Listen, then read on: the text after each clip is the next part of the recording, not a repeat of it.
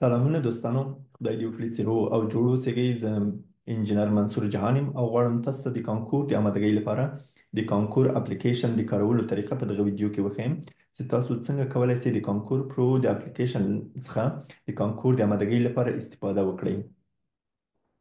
دغه اپلیکیشن د کارولو لپاره باید تاسو لومړی دغه اپلیکیشن له پلی ستور نه انسټال کړئ. دلته راځئ په پلی ستور باندې کلیک کوئ، بیا په سرچ باکس کې دلته تاسو لیکئ کانکور پرو. چې کله تاسو دا ولیکل دا اپلیکیشن تاسو دلته راځي، بیا به دلته تاسو په دغه انسټال باندې کلیک کړئ. د انسټال نه وروسته تاسو به په دغه اوپن بټن باندې دلته کلیک کړئ.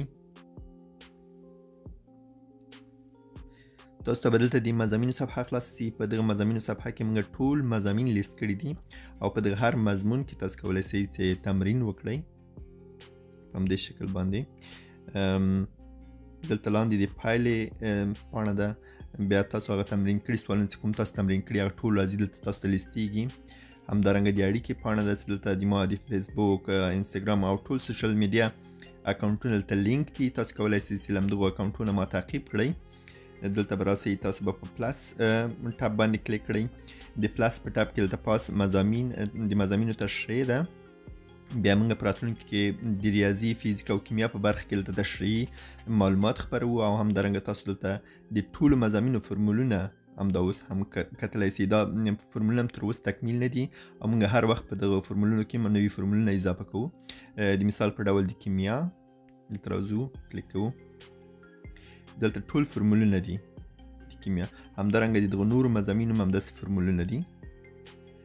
بیا له دې نه وروسته تاسو دلته که چیرې تاسو غواړئ چې د کابل پوهنتون د پوهنځیو جدول وګورئ، راځئ دلته د پوهنځیو په جدول باندې کلیک کوئ. دا د کابل ټولې پوهنځۍ موږ دلته لیست کړي دي.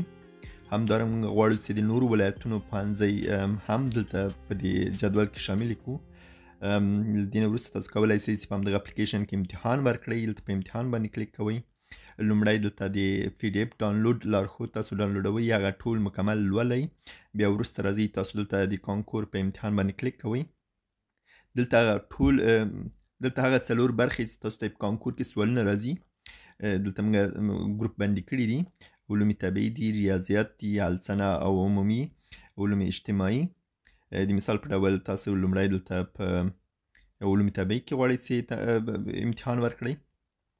دلته ټول سوالونه تاسو دلته حلوئ په همدې شکل، یعنې د کانکور په شکل. د مثال په ډول دلته لومړی جز درست ده، تاسو په لومړي جز دلته کلیک کوئ، بیا سوال تبدیلوئ، همدارنګه په دویم او ادامه ورکوئ. چې کله تاسو مکمل سوالونه حل کړئ، بیا دلته راځئ تاسو په ثبت باندې دلته په دغه ثبت بټن باندې کلیک کوئ. بیا تاسو دغه تمرین کړي فایل یا دغه حل کړي سوالونه تاسو ته ثبتیږي. بیا راځئ همداسې په دغه بله برخه کې تاسو تمرین کوئ. په همدې شکل تاسو څلورو برخو کې چې کله تمرین وکړه، بیا تاسو راځئ دلته انتخاب کوئ، خپل نوم لیکئ او بیا دلته تاسو خپل انتخاب کوئ. بیا همدغه هم تاسو ثبتوئ. د مثال په ډول دلته احمد زه لیکم، دغه انتخاب او خپل نوم ثبتوم. بیا تاسو راځئ دلته د نتایجو په پاڼه کې ستاسو ته ما خپل نوم دلته ښکاري او ستاسو کومه پوهنځۍ انتخاب کړې ده او ستاسو نتیجه او د نمرو شمېر تاسو څو نمرې وړي دي. نو د دغه اپلیکیشن استفاده په دغه شکل ده. نو تاسو کولی شئ چې له دغه اپلیکیشن نه استفاده وکړئ او د کانکور د آمادګۍ لپاره تاسو کولی شئ چې په همدغه اپلیکیشن کې تمرینات وکړئ، امتحان ورکړئ، فرمولونه ولټوئ.